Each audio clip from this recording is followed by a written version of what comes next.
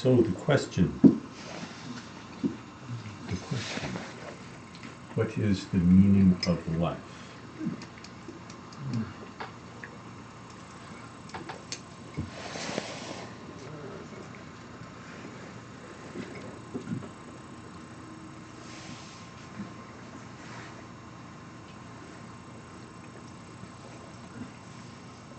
Are you going to tell us, or are we supposed to? Do we have to guess? He's Googling it. I can see. Yeah, you can guess. Anybody want to guess?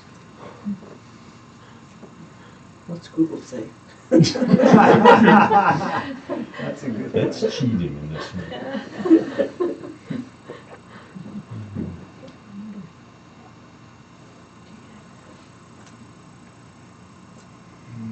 How would you even take apart the question or understand the question? What kind of thing would qualify as an answer?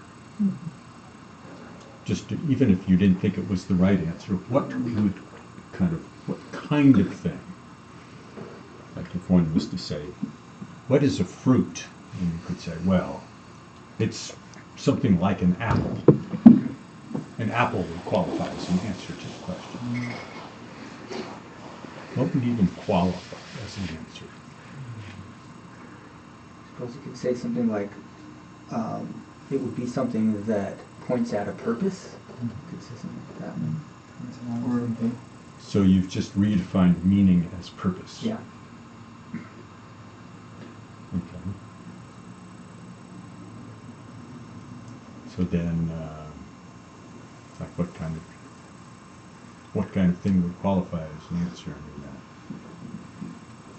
Something that would motivate you to value life, or I guess, no, we're just substituting words, but Mm-hmm. yeah, something that would motivate you to want to participate in the act of living. Mm-hmm. So what would that something be though? For me, What kind of? oh wait, are we talking about like a definitive, like the meaning, like whether we know it or not, or like a personalized meaning? Well, I'll take anything. But I'm trying to see what the question, what kind of thing. So you say, well, something would, the meaning. Well, we'll just sidestep and say the purpose, and then something that would do something. But what kind of thing would it be that would? So it's a statement about purpose. That would be some kind of statement. It would be a statement about purpose. Yeah. Maybe having a deep feeling of respect and cherishing for all that life has manifested, in all its varied forms. Possible. But you're talking about kind of an actual feeling. Yes, a feeling towards and for all things. Sort of respect and honoring, a love for, a caring about, awe, maybe even a feeling of awe and deep respect. I think those are all cool, but how does that actually answer the question of meaning? Well, it's sort of that, so that makes it for our inner selves, gives it meaning for us, because we're not just here seeking to get something from life, like I want to get a bunch of stuff or have fame or fortune or popularity, but I'm really wanting to give to what's called life, but all that is here, in a kind and gentle and respectful way. So it's something interior, the way you're answering Yes, is more yeah, more interior. interior, kind of my lens of vision. Mm-hmm. Kind of like my lens of vision at all that seems to have arisen out of a mystery that I don't quite comprehend. When I looked up at 4:30 this morning and saw the full moon out, I was doing practice, early in the morning. So that it's quite a mystery why the moon doesn't fall right into the earth. And it seems to be so consistent, and I appreciate that about it a lot. But it's just quite a mystery. Especially when the moon is directly overhead. Yes, yeah. Yes, like over my head. Come down and go squish. I'd be like a bug. The reason that this came to mind is because I read one of Ken MacLeod's little missives. I think it was even just this morning, and he was reporting on how Colin Rinpoche was once asked a question, and Ken was translating, and Ken tried to like put it into Tibetan, and realized that he couldn't figure out a way to exactly ask the question. We can come up with certain kinds of things that seem kind of related to the word meaning and whatnot. But he was like going for purpose, and it wasn't like purpose is not exactly the same thing as meaning, and he was trying all these things, and finally he got super literal about it. And Colin Rinpoche said, oh, well, life is between birth and death.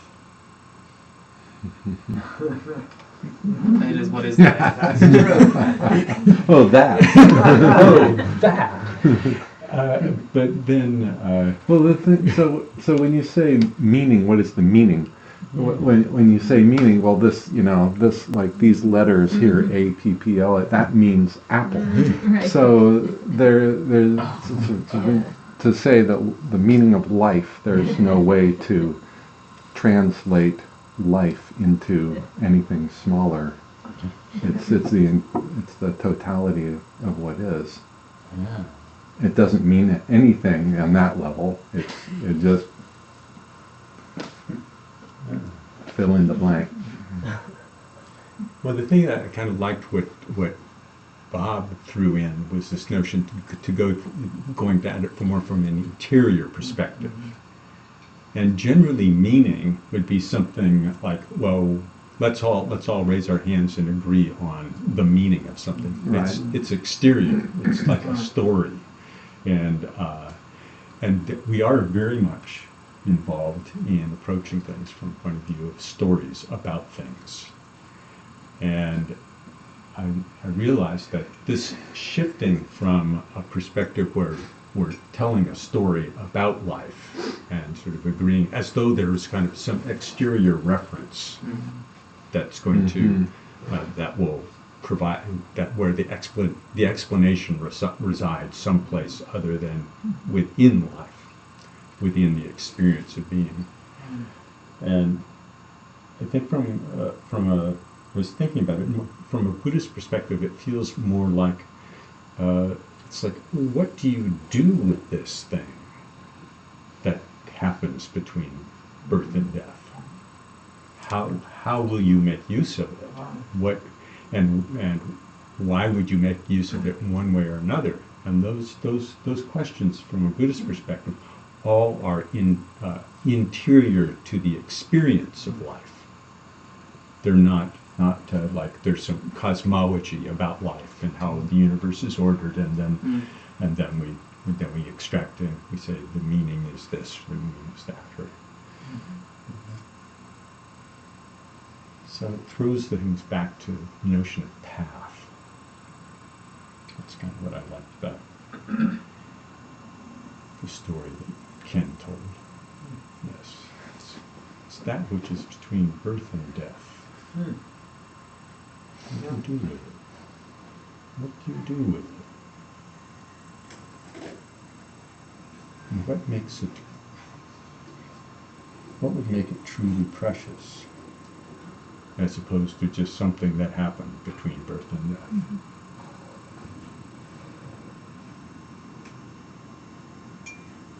For sport, I want to piggyback on something you said. Oh, sure. No one's asked me what the meaning of life is since our freshman year of high school or college. So I think it's interior too. I think the meaning of life is to actually reach a point where you feel like your life is meaningful.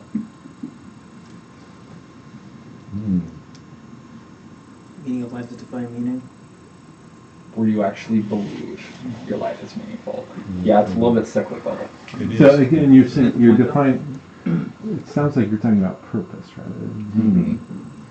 No, It's like the not meaning necessarily. of life is. I don't think that you can find your life meaningful I think- unless you believe that you're doing the right things and also accept the things that you can't do as well. I think my issue with the question is that it is that saying what is the meaning of life implies that there is a definitive thing that life is meant to mean. As if there's some kind of predetermined object of life, and I don't really think there is. Well, Colin Hershey certainly didn't come up with something in that frame of reference. Yeah. But all the teachings of the Buddha and all those teachers definitely come up with things to do with this, things to do with this life that we're given, and we're told to take care of this thing, use it. It has there is potential in how we live. Now there are consequences in how we live and what we do. Another way to define meaning in there is what is the importance of life? What's the import? What's important? Then you could say that, well, the importance of life, or what's important in Or life. I kind of think that's the same thing, but I think what's important in life is one that we could answer. Yeah, they're really good things. I don't mean to beat a dead horse if you're You have real questions. real questions.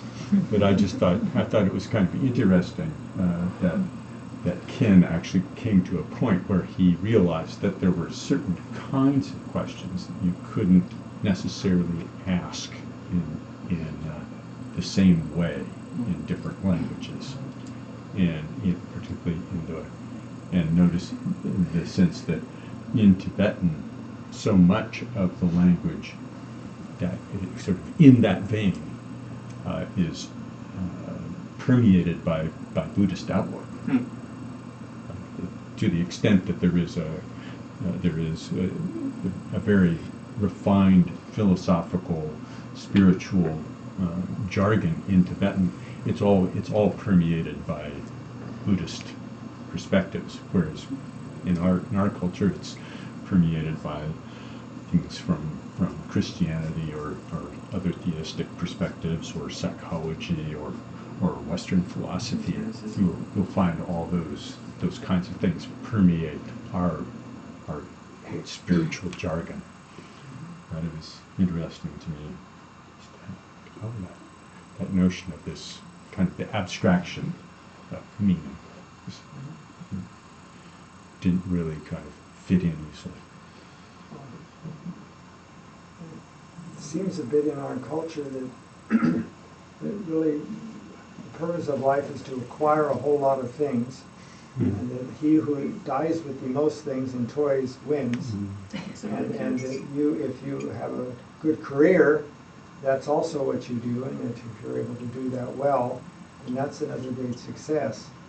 But really, maybe going under all of that and thinking,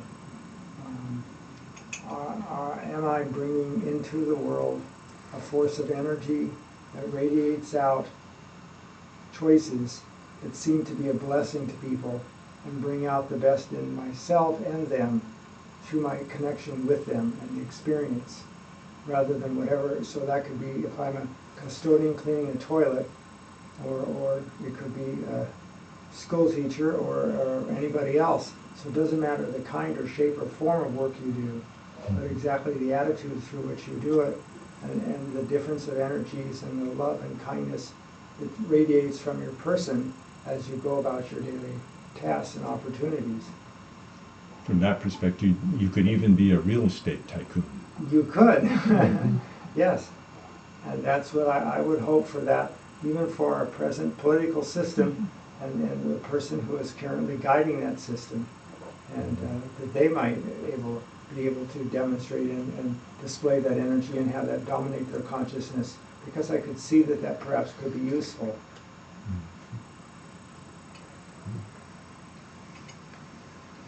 So that was my question. Now, what are your questions?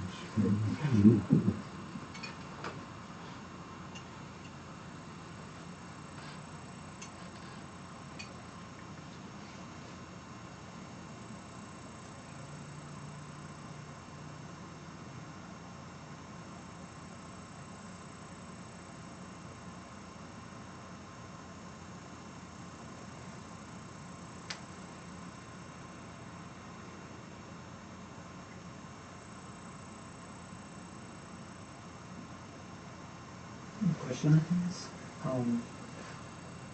could you use just some different suggestions on how to keep my practice fresh? Just anybody's experience with that. Sometimes there's lulls or times of feels a little bit stagnant, and then sometimes feels like it's bearing more fruit. But in those times where there's a lull, if anybody has, you or anybody else has insight on how to keep things fresh.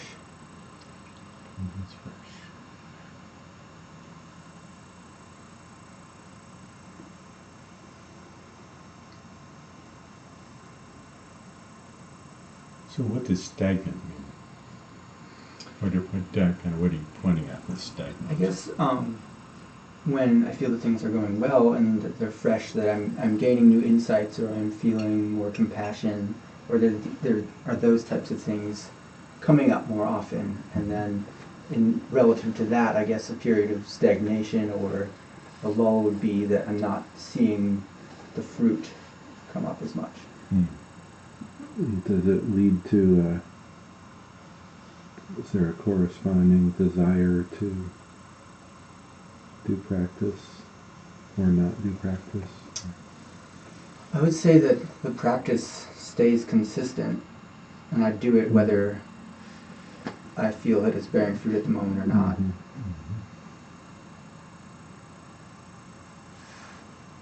So maybe it's just a question of patience, and I don't know, but I think that's mainly it. There are things like the contemplation of the four thoughts, the contemplation of precious human existence. There are different kinds of things that along those lines that you can do to kind of light a bit of a fire, to kind of take the opportunities that you have more seriously. So that's a little different than the way you actually defined stagnant, which was more in the vein of impatience for new vistas. And sometimes there aren't new vistas for a long time. And it is, or it doesn't feel like there are.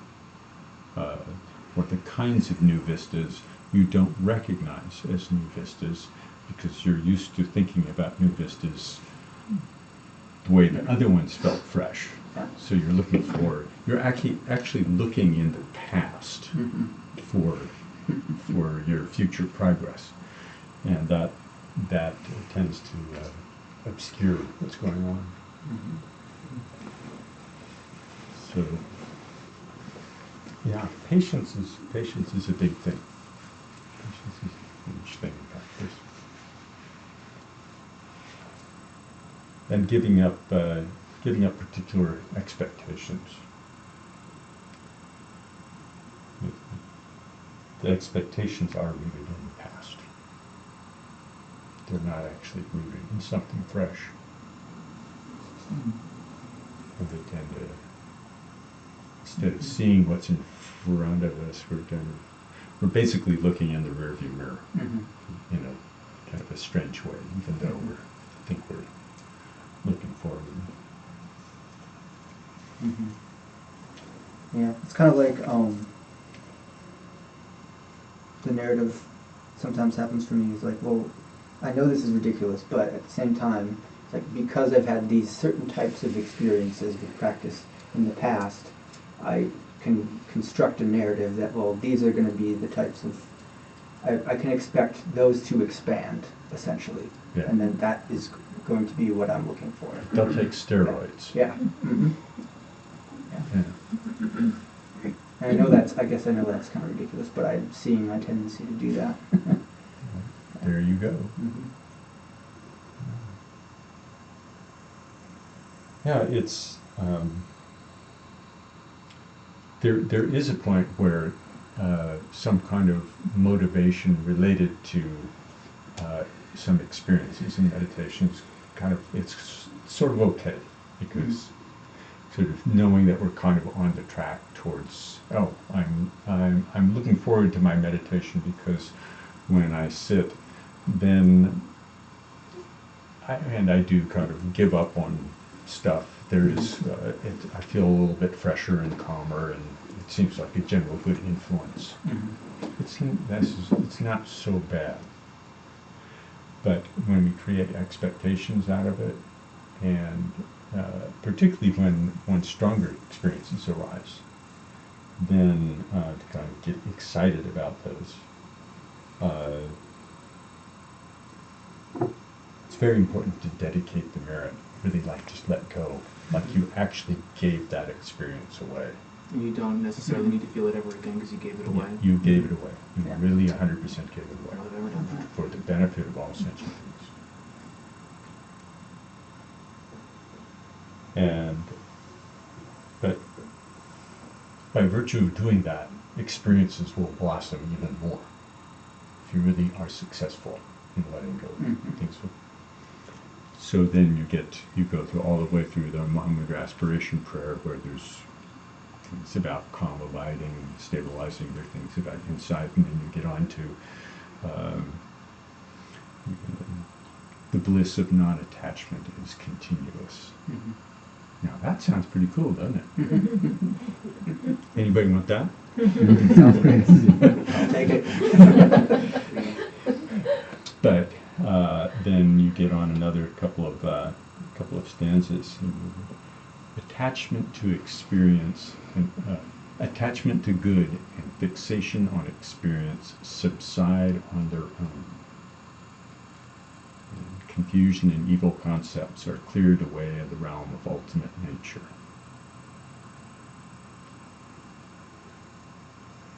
In the ordinary mind, there is no rejection or acceptance, no separation or attainment. Is that complete simplicity? Yeah. So from that point of view, attachment to good, attachment to experience subsides on its own. Then the preference for one kind of experience as opposed to another kind, whether it's boredom or whatever it is, it's actually no different. Mm-hmm. So from that point of view, then kind of the grabbiness towards experience is not in the long run a useful motivation. Mm-hmm. But at the beginning, it's kind of provisionally okay. Mm-hmm. But dedicate. Yeah.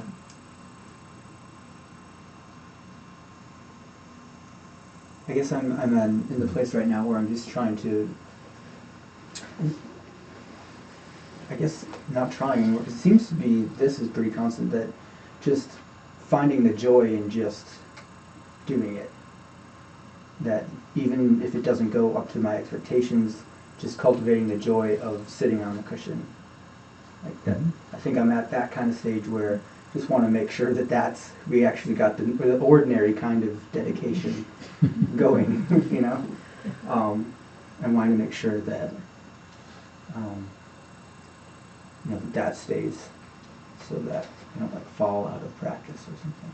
But There are so no far, so good. guarantees. No. There are no guarantees. I do think part of our practice is to keep our motivation alive or going. And that's a little practice, it's sort of a sub-practice that we always have to do a little of, or at least, or sometimes we have to kind of expand on that. I would actually, Do that to a large a degree sometimes. If our motivation ebbs and we find ourselves not sitting, then it can become just kind of a losing battle. So then we really have to, that becomes our practice, is how to rekindle that motivation. I'd actually like to hear more about that. That's kind of where I'm at right now.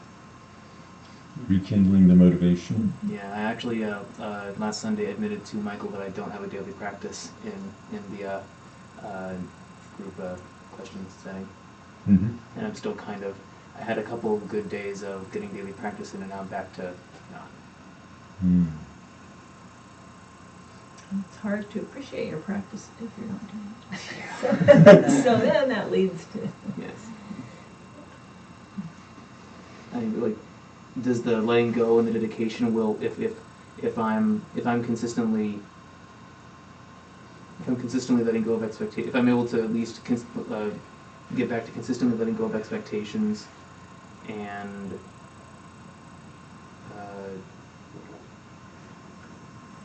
dedicating merit, what little merit comes from letting go of expectations, will motivation arise at some point, or is there something to cultivate aside from letting go?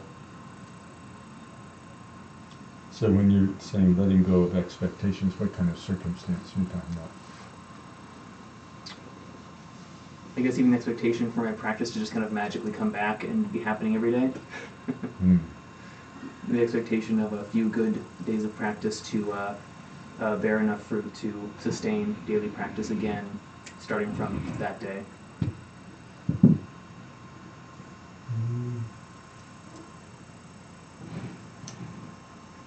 I think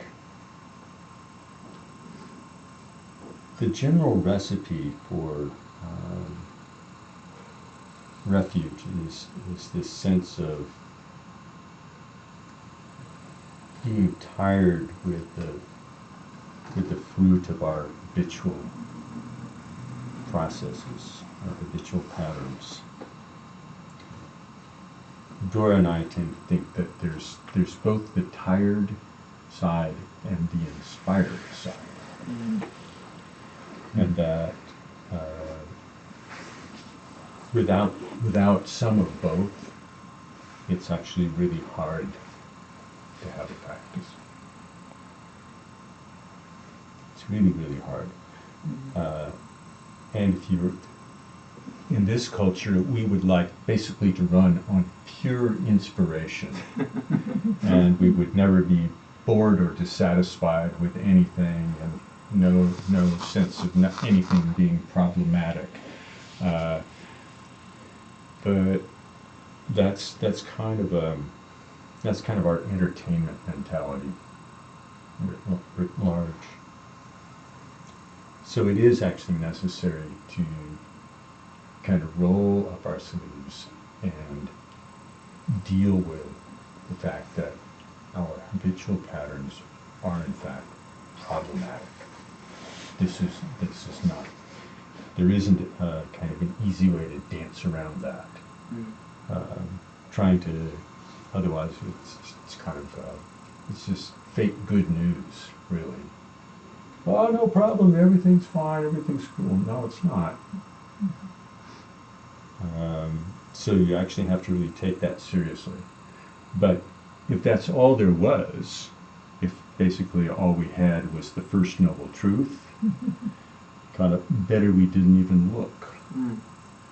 And I think there's a kind of a big tendency in our culture not to want to look at what's really problematic, because we don't have a confidence that the rest of the Four Noble Truths really are a happening thing. That the situation is not just this natural morass. It's not being stuck in some kind of cosmic molasses, and that's just the end of the story. that there are causes, the causes of confusion and the habit patterns and all that. There are causes, and since there are causes, there are ways to work with it. And so the situation is workable, and there's actually complete liberation is possible. And that's, I think, one of the things that we really have a hard time Believing. taking seriously. Well, whether or not we believe it, but just even really just kind of wrestle with it to take it seriously, that there is something that is more kind of way more profound than what we've taken for granted about life. Something truly remarkable is possible. And that's so someplace between really sort of doing whatever it takes to really kind of get close to some appreciation for that potential. However it is, whether it's hanging out with amazing yogis. You go, okay, that does it. I quit all this other stuff. Whatever you did, I'm going to do it because it worked for you. Because I can just tell. So that's one way. Another way is we're very intellectual, so we can read a lot, we can appreciate a lot. But we actually have to put it into practice. We have to try stuff out before it really takes hold as like, oh, that actually works. That actually works. But on the other side, we have to really be willing to look really closely at what goes on in our minds and in our lives to really see how what is actually causing harm for ourselves, what is causing harm for others, what actually seems to be helpful, how much of the time we're just sort of have our feet off the pedals and hoping for good luck. So this kind of a neutrality that is sort of apathetic or kind of an armor of kind of an apathetic, soft-core cynicism where you just really don't have to take anything seriously. Because it's just, Yeah, everything's impermanent. Yeah, it's just kind of, it's just, and you put anything you want after just. Yeah. It's just kind of,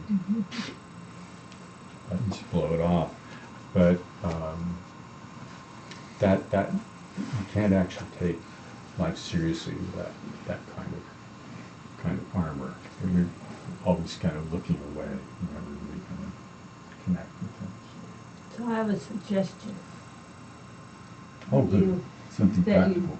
Well, no, but just following what you say, but to put it into practice by saying, okay, I'm not going to meditate this week, but every day I'm going to sit down and I'm going to spend 5 minutes thinking about how is this working for me the way my life is.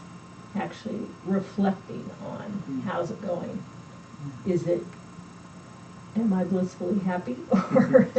or are, do I see that I'm suffering? Or how is it? And spend 5 minutes contemplating along the lines of freedom from suffering or aspiring. And don't meditate, just sit down and do those 10 minutes of just open that reflective period. And then, who knows, it might make you meditate. Thank you.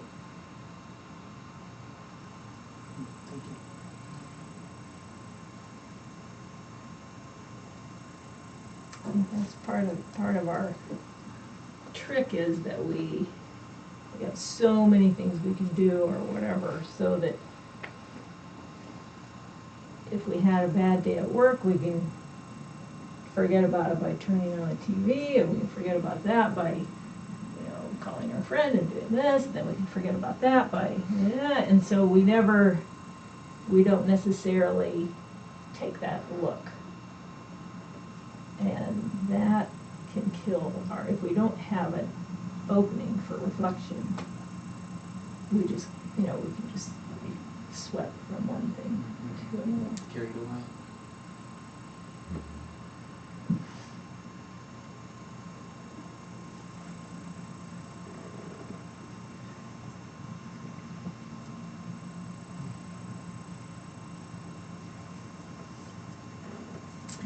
Has Reflect anybody what's else? meaningful will come up. Has anybody else fallen off the spiritual bicycle?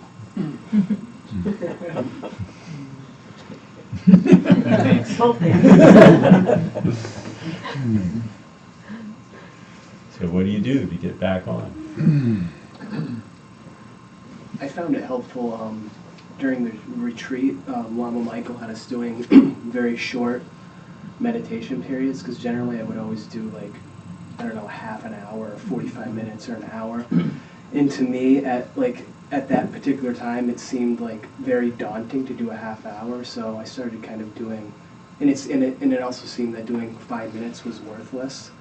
So, but but I started playing around and shortening my meditation times. Like I think it was doing like 15 minutes or 5 minutes or whatever I felt was easy to do, and that would kind of make it easier for me to just sit down and do it. And I've been able to sit every day, so consistently. So that's kind of helped me.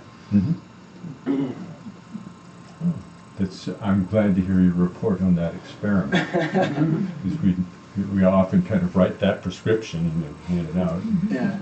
But to hear the experience of it, that's more or less what we would predict would happen. So that's why to give that prescription, because it does become workable and then it does become a pattern.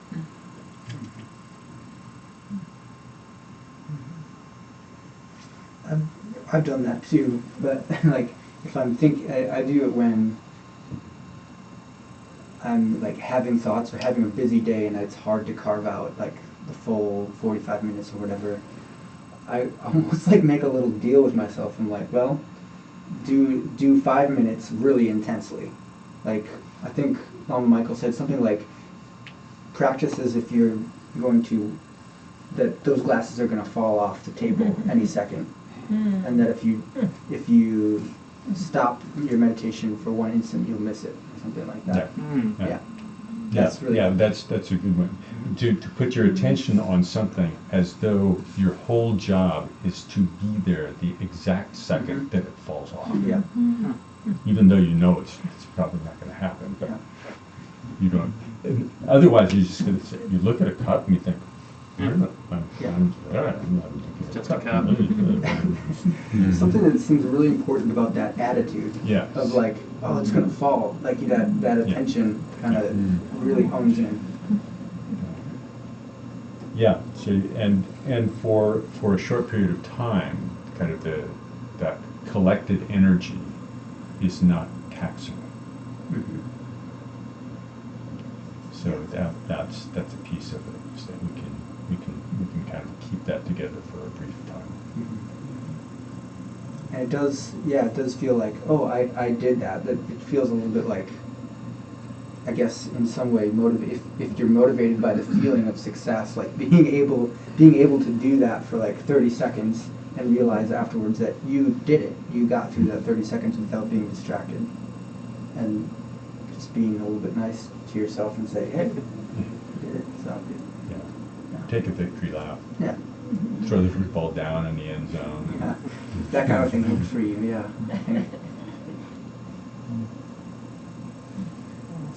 Bob? Sometimes when things are not going my way and are very challenging, they're kind of leading edge issues. I practice the contemplation and reflection on Dharma practices. So I have in my meditation area also a whole series of Dharma books that have been meaningful.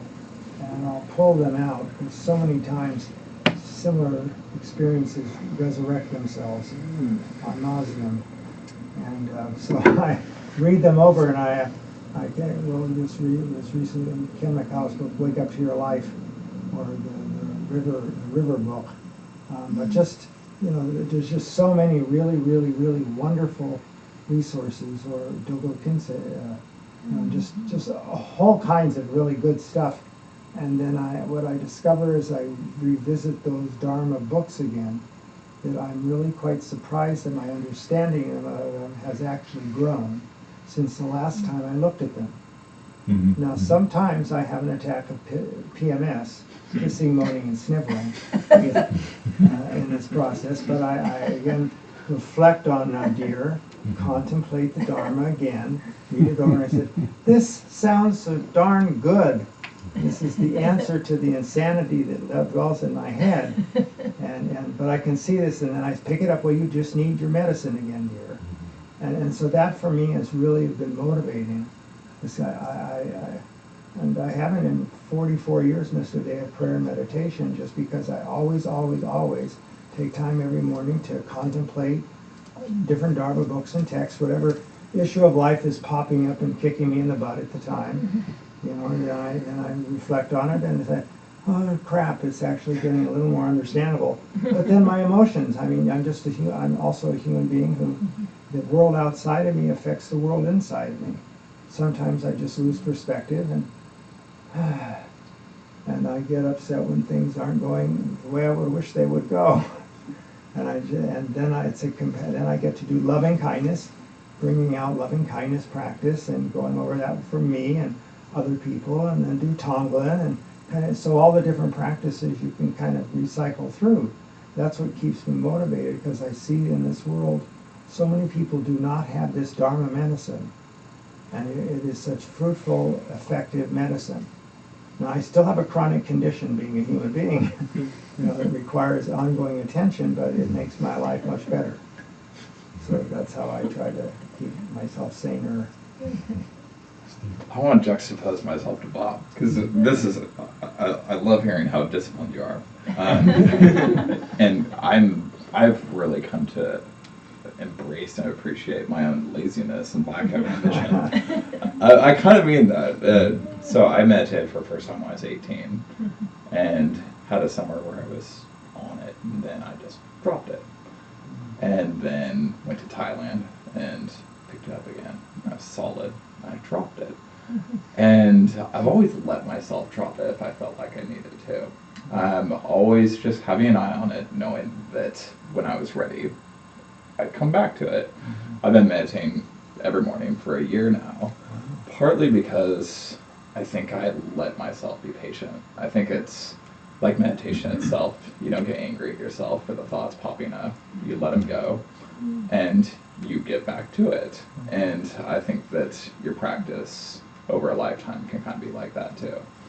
That it's, if you kind of keep an eye on it, do not, at least in my case, I'm not like you, I'm not as disciplined. But I think being patient with myself has allowed me to better adhere to the path. In the long run, you didn't drop it. Nice. So Yeah. far. Yeah, that's. I think that. Thank you very much for sharing that. That's actually probably more akin to my life story.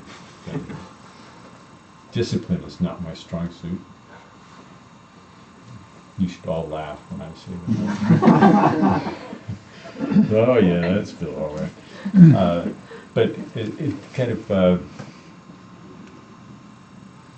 Some people, discipline can function as though they're like the horse tied up to the stake with a relatively short rope. So, you know, it really happens.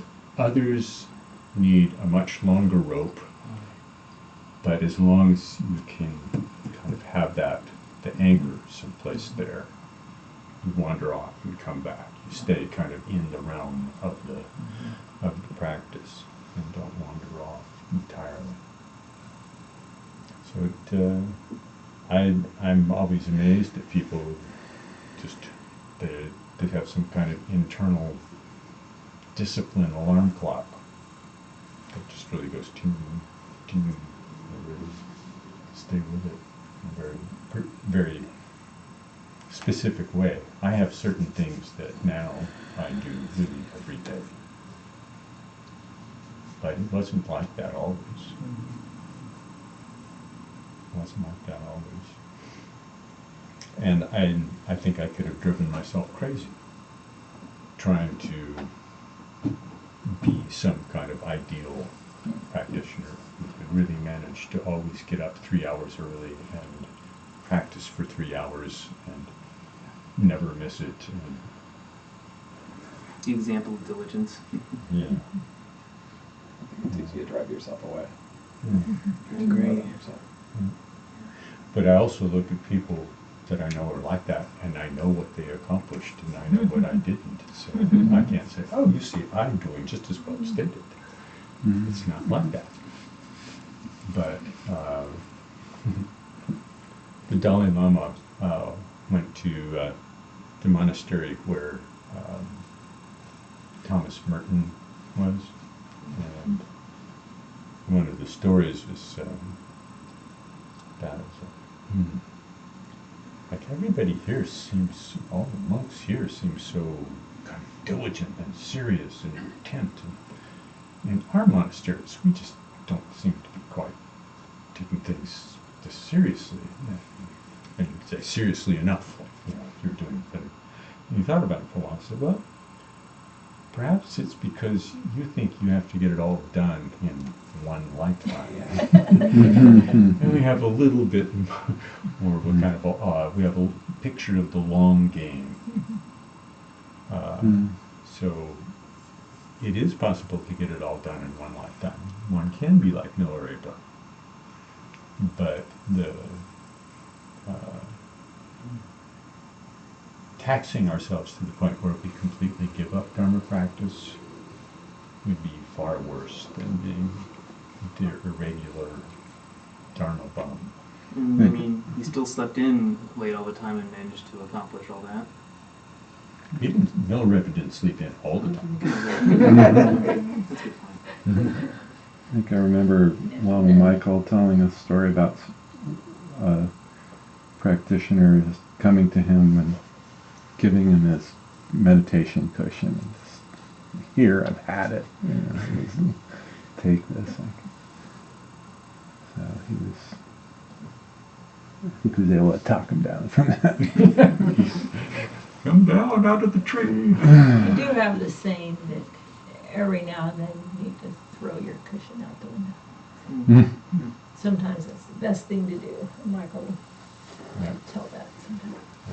He usually says, after he says that, he'll say, this is people who've been practicing for a while. He wouldn't say that to a beginner. No, he won't. Because I started to grab at it. No.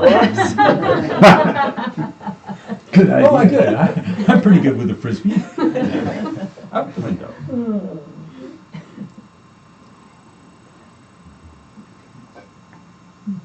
Yeah. In the process, we can all find some gentleness, I think. That's an important thing. Just like when we're meditating, and the influence that we can cultivate of the peacefulness inside ourselves, the gentleness that we cultivate inside ourselves also is a gift. We're both gifts. So we can dedicate the merit, give it away completely, totally, also to By this virtue may I quickly realize Mahamudra and establish all beings without exception in this state.